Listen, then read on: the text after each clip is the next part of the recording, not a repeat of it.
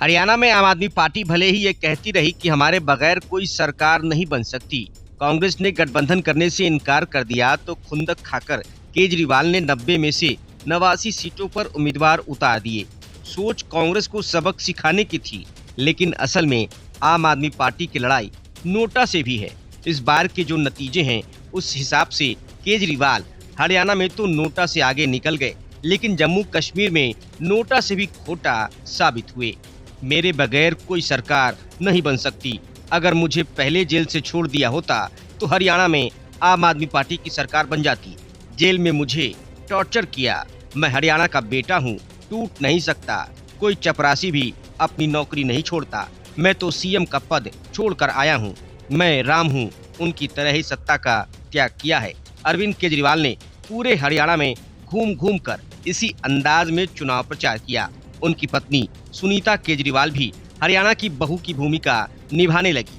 भगवंत मान ने पंजाब सरकार का पूरा अमला जमला सुनीता केजरीवाल और अरविंद केजरीवाल की सेवा में लगा दिया, लेकिन जब नतीजे सामने आए तो आम आदमी पार्टी की सारी हवा निकल गई, क्योंकि पार्टी को 1% के करीब ही वोट हासिल हुआ। हरियाणा में किंग मेकर बनने का सपना देख रही आम आदमी पार्टी का खाता तक नहीं खुला, उसके उम्मीदवारों की जमानत तक नहीं बची और बीजेपी ने तीसरी बार छप्पर फाड़ जीत दर्ज की। निराशाजनक प्रदर्शन के बीच आम आदमी पार्टी की बागी राज्यसभा सांसद स्वाति मालीवाल ने केजरीवाल के जख्मों पर नमक रगड़ने का मौका नहीं छोड़ा। उन्होंने अरविंद केजरीवाल का नाम लिए बिना कहा कि उनके गृह राज्य में जमानतें भी नहीं बच रही हैं। स्वाति मालीवाल ने यह भी आरोप लगाया कि आम आदमी पार्टी ने कांग्रेस के वोट काटे हैं।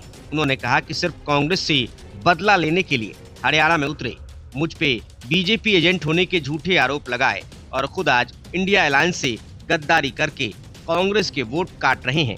सब छोड़ो, विनेश फोगाट तक को हराने के लिए प्रत्याशी उतारा। क्यों ऐसा हाल आ गया कि अपने गृह राज्य में जमानतें नहीं बचा पा रहे?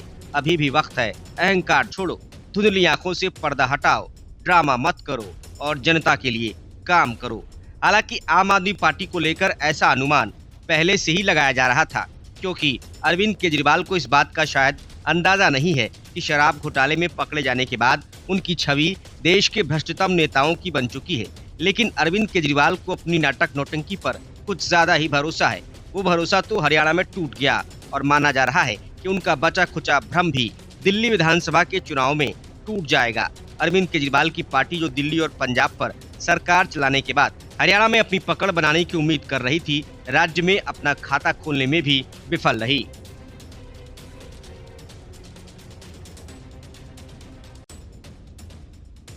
हरियाणा में राहुल गांधी और कांग्रेस ने ऐसी जलेबी बनाई कि चारों खाने चीत हो गई। जीत के सारे दावे हवा हो गए। कल तक सीएम बनने के लिए आपस में झगड़ रहे हुड्डा, सैलजा और सुरजेवाला सबकी गर्दन लटक गई।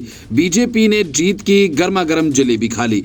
जब नतीजे सामने आ रहे थे तब ना तो राहुल गांधी और ना ही प्रियंका गांधी वाड्रा यहाँ थे। क्यों? ये दोनों पहले ही विदेश खिसक गए। शायद वो उस वजह की तलाश करने गए हैं जहां जलेबी की फैक्ट्री लगाई जा सके। लेकिन यहाँ हरियाणा में बीजेपी ने इतिहास रचते हुए जीत की हैट्रिक लगा दी। एग्जिट पोल के सारे नतीजे धरे के धरे रह गए। भूपेंद्र हुड्डा पर पूरी तरह से निर्भर कांग्रेस की हवा निकल गई। कुमारी शैलजा को किनारे लगाना, दलितों और महिलाओं को अपमानित करना, किसान, पहलवान, जवान का खेल बुरी तरह से फ्लॉप साबित हो गया। जानकारी के अनुसार राहुल गांधी और प्रियंका गांधी वाड्रा दोनों विदेश में हैं। राहुल गांधी आज शाम तक वापस आएंगे या नहीं, इस पर अभी भी कोई अपडेट नहीं मिला है। प्रियंका गांधी वाड्रा को वापस आने में अभी कुछ और दिन लगेंगे। राहुल गांधी आज वापस आएंगे या नहीं, इस बारे में आधिकारिक बयान का इंतजार है। ऐसा पहली बार नहीं है जब नतीजे के वक्त राहुल गांधी विदेश में हों। इसके पहले भी कई बार राहुल गांधी कांग्रेस को अकेला छोड़ खिसक चुके हैं। हरियाणा में मिली करारी हार के झटके कांग्रेस को महाराष्ट्र और झारखंड में भी लगेंगे, क्योंकि हरियाणा में कांग्रेस ने किसान, पहलवान और जवान का जो नैरेटिव चलाया था, नतीजों से साफ हो गया कि जिसे कांग्रेस मुद्दा बना रही थी वैसा कोई मुद्दा हरियाणा में था ही नहीं। ये बात और है कि कांग्रेस के वोट प्रतिशत बढ़े, लेकिन ये वोट उन इलाकों में बढ़े जहां जेजेपी और आईएनएलडी के वोट थे। ये दोनों पार्टियां पूरी तरह से नतीजों में खत्म हो गईं। दुष्यंत चौटाला खुद छठे स्थान पर रहे, जबकि बीजेपी ने अपने गढ़ को बचाने के लिए कांग्रेस के गढ़ में गजब की सेंधमारी की। हरियाणा में अब तक हुए चुनाव में ऐसा पहली बार हुआ कि कोई पार्टी लगातार तीसरी बार सरकार बना पाई हो। हरियाणा में मिली करारी हार के बाद माना जा रहा है कि भूपेंद्र हुड्डा की सियासत का पूरी तरह से सफाया हो जाएगा। कुमारी शैलजा और रणदीप सुरजेवाला की चुनौतियां हुड्डा कैंप पर भारी पड़ने वाली हैं, इसलिए आने वाले वक्त में हरियाणा में कांग्रेस को कई चुनौतियों से जूझना होगा। Bureau report, news of India. Haryana में बीजेपी ने पूरी तरह से बाजी पलट दी है। पिछले 2 दिनों से कांग्रेस एग्जिट पोल के नतीजों से उत्साहित थी, लेकिन बीजेपी ने मतगणना के दिन सबको चौंका दिया। हरियाणा में बीजेपी अब सरकार बनाने जा रही है। हरियाणा चुनाव में बीजेपी की जीत से अगर यह साबित हो गया कि बीजेपी शीर्ष नेतृत्व का मनोहर लाल खट्टर की जगह सैनी को सीएम बनाने का फैसला सही था, हरियाणा में बीजेपी जीतती है तो इसका असर हरियाणा ही तक नहीं बल्कि महाराष्ट्र, झारखंड और दिल्ली विधानसभा चुनाव के नतीजों पर भी दिखेगा। हरियाणा में बीजेपी का तीसरी बार कांग्रेस को पटखनी देना, सत्ता में आना कांग्रेस के लिए एक बड़ा सदमा है, लेकिन कांग्रेस से भी बड़ा सदमा दिल्ली के पूर्व मुख्यमंत्री अरविंद केजरीवाल को लग सकता है, क्योंकि केजरीवाल बीजेपी की हार का जश्न 3 दिन से मना रहे थे। बीजेपी की जीत से उनको तगड़ा झटका लगा। दिल्ली में अब आम आदमी पार्टी का क्या होगा? हरियाणा चुनाव में जीत का सीधा असर अरविंद केजरीवाल के राजनीतिक करियर पर भी पड़ेगा। दिल्ली में आतिशी मरलेना को ये सीएम बनाना अरविंद केजरीवाल के लिए वरदान साबित होगा या फिर भूल, ये तो दिल्ली विधानसभा चुनाव के नतीजों के बाद ही पता चल पाएगा। लेकिन कांग्रेस की हार और बीजेपी की जीत ने दिल्ली में बीजेपी को नई ऊर्जा दे दी। सोमवार तक हरियाणा में एग्जिट पोल के नतीजों से आम आदमी पार्टी काफी उत्साहित थी। आम आदमी पार्टी के नेता जो कल तक एग्जिट पोल के नतीजे पर खुशी मना रहे थे, अरविंद केजरीवाल के लिए भी लोगों से टीवी देखने की बात कर डबल इंजन की सरकार को फेल होने की बात कर रहे थे, अचानक हरियाणा चुनाव के नतीजे के बाद गायब हो गए। हरियाणा में बीजेपी की जीत अरविंद केजरीवाल के लिए दिल्ली में इस बार मुश्किल हो सकती है। इसके राजनीतिक मायने भी हैं, क्योंकि दिल्ली में इस साल के आखिर में या फिर मार्च 2025 तक चुनाव होने वाले हैं। हरियाणा के चुनाव परिणाम दिल्ली को इसलिए बाधित कर सकते हैं क्योंकि ये एक तो हरियाणा से सटा हुआ है, दूसरा हरियाणा की तरह दिल्ली में जाट और दलित वोटर्स की अच्छी खासी आबादी है। इसके बारे में कहा जाता है कि जाट और दलित का बड़ा एक तबका हरियाणा में बीजेपी से छिटकता जा रहा है, लेकिन अब वो वापस आता दिख रहा है। आम आदमी पार्टी संयोजक अरविंद केजरीवाल जेल से निकलने के बाद लगातार अपने उम्मीदवारों के लिए प्रचार करते नजर आए। शुरुआत में ये खबर आई कि राहुल गांधी चाहते हैं कि हरियाणा में आम आदमी पार्टी और कांग्रेस मिलकर चुनाव लड़े ताकि मध्य प्रदेश वाली स्थिति से बच जाएं, लेकिन दोनों में बात नहीं बन पाई। आम आदमी 5 से 7 सीटों पर तैयार नहीं थी। आम आदमी पार्टी की मांग थी कि कम से कम 12 से 15 सीटें चुनाव लड़ने के लिए मिले। अगर चुनाव परिणाम एग्जिट पोल के हिसाब से आते तो आम आदमी पार्टी को कम से कम 60 से 70 उम्मीदवारों की जमानत जब्त हो सकती है, क्योंकि इस बार सीधा मुकाबला बीजेपी और कांग्रेस के बीच हुआ। जो भी दल इसके अलावा चुनाव लड़े वो वोट कटुआ साबित हुए। आम आदमी पार्टी इस बार हरियाणा की 90 में से 89 सीटों पर अकेले अपने दम पर चुनाव लड़ी थी। पार्टी ने सभी सीटों पर अपने उम्मीदवार उतारे थे। हालांकि साल 2019 में पार्टी ने 46 सीटों पर चुनाव लड़े थे, लेकिन एक भी सीट हासिल न हो सकी।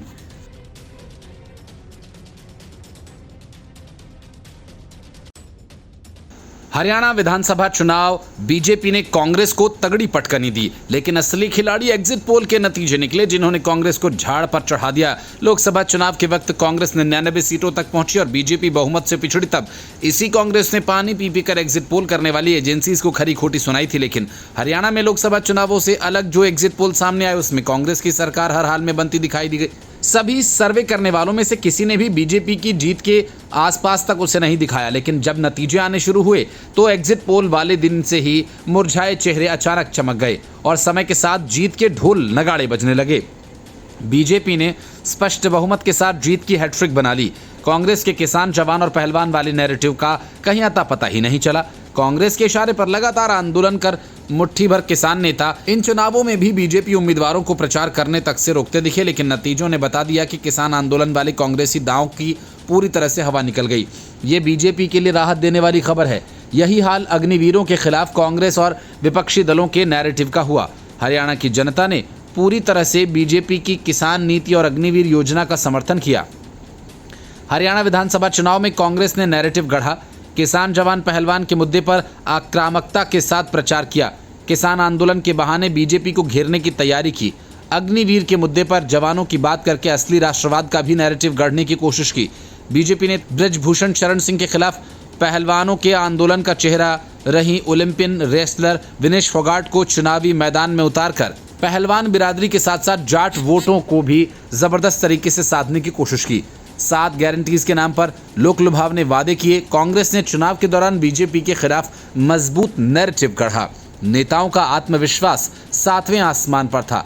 सारे के सारे एग्जिट पोल भी कांग्रेस की प्रचंड जीत की भविष्यवाणी कर रहे थे, लेकिन पार्टी का अति आत्मविश्वास और अति आक्रामकता ही उसके खिलाफ चली गई। पार्टी ने पहलवानों के आंदोलन को एक तरह से जाट अस्मिता से जोड़ने की कोशिश की। अहम मुकाबले से पहले वजन बढ़ने की वजह से ओलंपिक मेडल से हाथ धोने वाली विनेश फोगाट का दीपेंद्र हुड्डा समेत तमाम कांग्रेसी नेताओं ने जुलूस निकालकर स्वागत किया। हद तो तब हो गई जब जाट समाज की अगुवाई का दावा करने वालों ने फोगाट को खाप पंचायत गोल्ड मेडल दे दिया। कांग्रेस ने पहलवान आंदोलन का प्रमुख चेहरा रही विनेश फोगाट और बजरंग पुनिया को न सिर्फ पार्टी में शामिल किया, बल्कि फोगाट को जुलाना विधानसभा सीट से चुनावी मैदान में भी उतार दिया। और इन सब के बीच अनजाने में ही सही कांग्रेस ने कहीं न कहीं जाट बनाम गैर जाट ध्रुवीकरण को हवा दी। बीजेपी ने चुनाव से पहले दुष्यंत चौटाला की जेजेपी से दूरी बना ली थी, क्योंकि उसे अंदाजा हो गया था कि उसे चुनाव में जाट वोट मिलने से रहे। इस पार्ट टाइम पार्टनरशिप की गाज जेजेपी पर पड़ी। जाट बनाम गैर जाट ध्रुवीकरण का बीजेपी को सीधा फायदा हुआ। निर्णायक नतीजों को देखने से लगता है कि बीजेपी के पक्ष में गैर जाट ओबीसी के साथ साथ दलित वोट भी खूब पड़े। हरियाणा में 20% दलित हैं और इस पर बीजेपी उन्हें लुभाने में शायद कामयाब रही।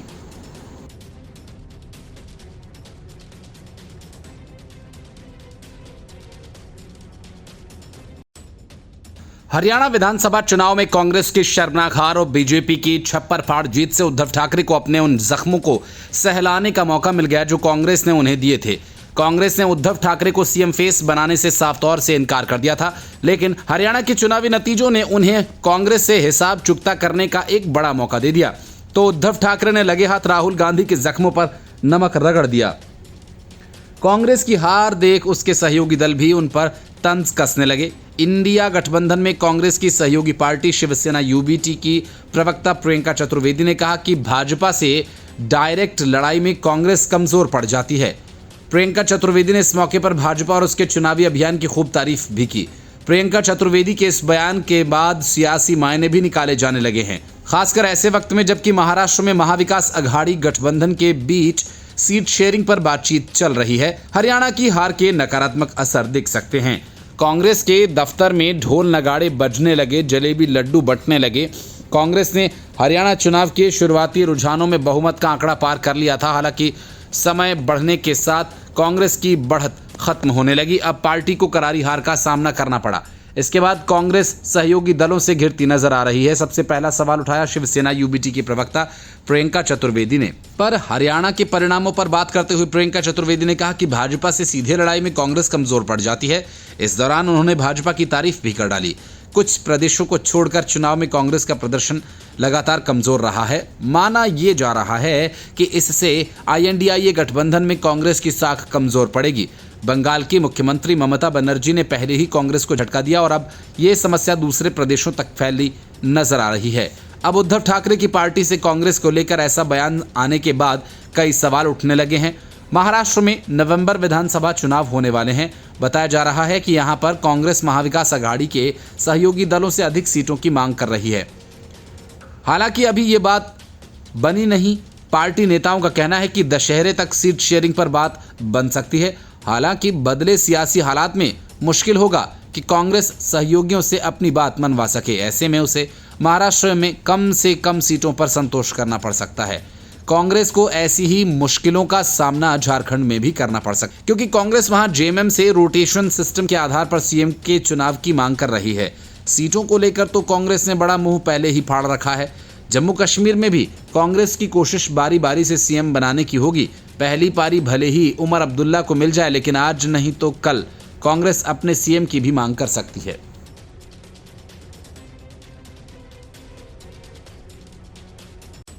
हरियाणा में कांग्रेस जिन हाथों से हालात बदलना चाहती थी वो हाथ ही बुरी तरह से जल गए। लोकसभा चुनाव के बाद राहुल गांधी का जो गुब्बारा फूला था वो पिचक्कर फिर वहीं जा पहुंचा जहां से उड़ा था।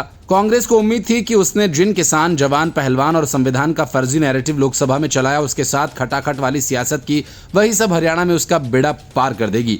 लेकिन हुआ कुछ उलट। बीजेपी ने हरियाणा में अब तक की सबसे बड़ी जीत दर्ज की और कांग्रेस को शर्मनाक हार का सामना करना पड़ा। कमल ऐसा खिला कि हाथ का कहीं कोई अता पता ही नहीं चला। मतगणना के पहले 2 घंटों तक यही विश्लेषण होता रहा कि कैसे जनता के बीच राहुल गांधी की छवि सुधर रही है और वो कांग्रेस के कर्णधार बनते जा रहे हैं। विशेषज्ञ बता रहे थे कि राहुल गांधी पर लोग यकीन करने लगे और उनकी बातें मतदाताओं के जहन में गूंजने लगी। इन सभी विश्लेषणों का आधार राहुल गांधी की भारत जोड़ो यात्रा के बाद लोकसभा चुनाव में कांग्रेस के प्रदर्शन में सुधर रहे विशेषज्ञ दावा कर रहे थे कि राहुल गांधी ने भारत जोड़ो यात्रा और भारत जोड़ो न्याय यात्रा के साथ साथ विभिन्न वर्ग के कामगारों से मिलने का जो अभियान चलाया, उन सब ने मिलकर मतदाताओं के बीच राहुल गांधी की गहरी पहुंच बनाई। कहा जाने लगा कि राहुल गांधी के संविधान को खतरा के दावे ने कांग्रेस के लिए दलितों का द्वार फिर से खोल दिया। लेकिन वक्त बीतने के साथ सारी बातें ही हवा हो गईं। लोकसभा चुनाव में बीजेपी ने अब की बार 400 पार का नारा दिया तो राहुल गांधी समेत विपक्षी गठबंधन के तमाम नेताओं ने इसे संविधान बदलने के इरादे से जोड़ दिया। इसका असर भी हुआ। उत्तर प्रदेश और महाराष्ट्र में विपक्षी गठबंधन ने अपेक्षा से बेहतर प्रदर्शन किया। दोनों ही प्रदेशों में दलित मतदाताओं के बड़े वर्ग ने इस डर में बीजेपी का साथ छोड़ दिया कहीं सच में नरेंद्र मोदी की सरकार 400 सीटों के साथ सत्ता में लौटी तो वो आरक्षण व्यवस्था को प्रभावित करने के लिए संविधान न बदल दे। लेकिन वक्त के साथ कांग्रेस और विपक्षी झूठ की पोल खुल गई और हरियाणा में बीजेपी की बड़ी जीत उसी तरफ इशारा कर रही है। हालांकि इस बात का अंदाजा पहले से ही हो गया था कि क्या संविधान और आरक्षण को खतरे का डर दिखाने से कांग्रेस को आगे भी कामयाबी मिलेगी। नरेंद्र मोदी की अगुवाई में एनडीए की लगातार 2 बार बनी सरकारों का ट्रैक रिकॉर्ड कभी आरक्षण विरोधी नहीं रहा। जहां तक बात संविधान और लोकतंत्र पर खतरे की है, राहुल एंड कंपनी के दावे की है, तो इसके पीछे भी कोई ठोस आधार नहीं। यही वजह है कि बीजेपी इसे चुनावी फायदे के लिए जानबूझकर किया गया दुष्प्रचार बता रही है। पार्टी प्रवक्ता और समर्थक कहने लगे कि ये काठ की हांडी है जो बार बार नहीं चढ़ेगी। विश्लेषकों का कहना था कि लोकतंत्र, संविधान और आरक्षण को खतरे का दावा दुष्प्रचार था। अगले ही चुनाव के नतीजे इस बात की तस्दीक कर देंगे। अगर राहुल गांधी और विपक्ष का इंडी गठबंधन दलित मतदाताओं को बीजेपी से दूर करते रहने में आगे भी कामयाबी हासिल की, तब तो यही साबित होगा कि इन खतरों का डर कहीं गहरी जड़ें जमा चुका है। हरियाणा के विधानसभा चुनाव में इस बात की परख होनी चाहिए थी कि क्या धीरे धीरे देश भर के दलित वोटर्स बीजेपी से तौबा करेंगे। अब जब दोनों प्रदेशों के पक्के नतीजे आ चुके हैं तो यही साबित हो रहा है कि राहुल एंड कंपनी का दावा दरअसल दुष्प्रचार ही था। सवाल ये कि क्या राहुल गांधी अब भी जेब में संविधान की कॉपी लेकर घूमेंगे और दावा करते रहेंगे कि बीजेपी से संविधान और आरक्षण को खतरा है। राहुल का ट्रैक रिकॉर्ड तो यही कहता है कि वे आगे भी ऐसा ही करेंगे और कहेंगे। Bureau report, news of India.